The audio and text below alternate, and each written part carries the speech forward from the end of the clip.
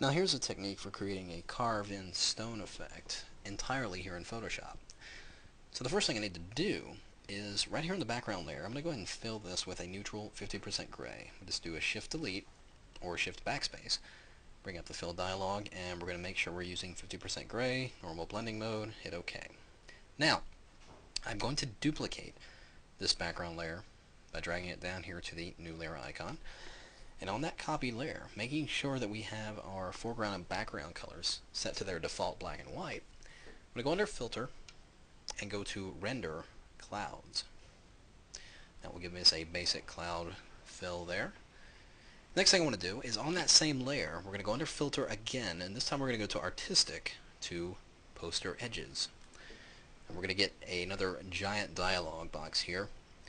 And what I really want to pay attention to is the black splotchiness that's going on in here, because we're going to generate a selection out of that to add to our effect here in a minute.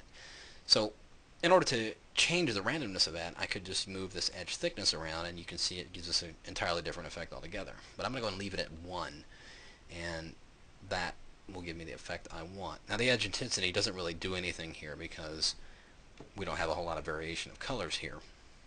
And a posterization, if I drop this down, you can see does a few things, but I'm going to go ahead and leave it to its full posterization, almost as if it still is the full render of clouds, just because when we bring it into channels in a second, you'll see that we need to get rid of all that anyway. So, leaving those where they're at, I'm going to hit OK. So there we get that effect there. Now, I'm going to do Command or Control A and select this entire layer. I'm going to copy this to the clipboard, Command or Control C. We're going to go to the Channels palette, and we're going to make a new alpha channel here. We're going to paste that layer inside of here. That would be Command V or Control V. I'm going to deselect that. Now, like I said, I want to make all those black splotchy areas a selection. And doing that in this channel, the first thing I need to do in order to do that is bring up my levels. I'm going to do Command or Control L.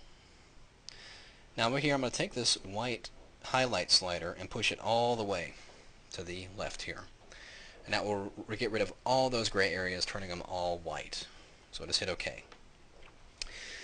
Now, like I said, I want to make those black splotchy areas my selection, so as you know, in a channel, alpha channel, anything that's white will be an active selection, and anything that's black will not be selected. So I just simply have to invert this channel, Command or Control I. And to load it as a selection, I'll just hold down my Command or Control key, click on that channel, and we'll go back to our main channels, back into our layers palette.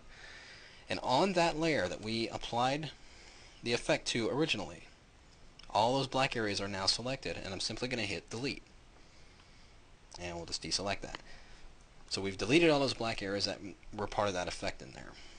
So now, because it's transparent, seeing through that other layer, we're going to be able to see the effect we're about to do a little bit better. So I'm going to double click on that layer and bring up the layer styles, right like that. And the first thing I want to activate is a drop shadow.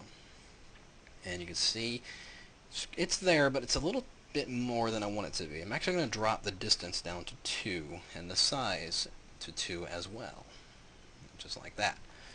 Zoom in a little bit more. But actually I okayed out of the layer styles before I was done, so we'll bring that back up. I also wanted to activate the bevel and emboss, and it's a little too much, so I'm going to highlight that. We're going to go over here to the size right here and actually change this to 1. And that will give us a much more realistic effect there. I'm actually going to change the highlights to overlay, so it's not so harsh. And that looks pretty good. So we'll just hit OK. So that almost completes our stone texture. Not just yet, though. What I need to do now is, still on this layer, we're going to go under Filter and go to Noise and Add Noise. And we're not going to do a whole lot of noise, right about 5 with a Gaussian monochromatic. That all looks pretty good. And we'll hit OK. Now I'm also going to apply that same noise to the background, the bottom layer here, this layer we filled with just plain gray that we started with. And I'm just going to reapply that noise by hitting Command or Control F. And there you can see there. So if I turn this layer on and that layer on, we're getting a pretty cool kind of textured stone effect. So having that done, we need to apply it to something. We're going to have to have some text carved out of here. And I've already got some text set on this group right here. I turn that on here, you can see we have the word stone, appropriately enough. Now what I need to do, I'm going to load this text as a selection by Command or Control clicking right directly on that text layer. I'm going to turn this off for now because I don't need it at this very second. But I'm going to go back to that textured layer and I'm going to click on the layer mask icon here. And what it does is by default it's going to generate the mask based on that selection.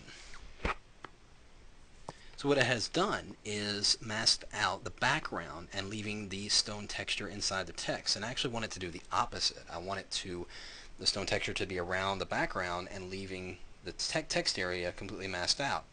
So to do that, to fix that, all I got to do is really just hit Command or Control I in the layer mask and it will invert that. So I'm going to zoom in here just a little bit. Now, by default, it has filled it with 100% black, the mask. And you know, as anything that's in a layer mask filled with black is going to be completely masked out 100%. I don't want it completely masked out. I actually want some of this texture to be showing through inside the text here. So I'm going to go back into this layer mask and Command or Control click on the layer mask, loading it as a selection. Now of course, like an alpha channel, it loads the white area as the selection. And as you can see here, the white area is in fact the background, but I want to select the text. So I'm just going to invert that selection by holding down Shift Command or Shift Control I.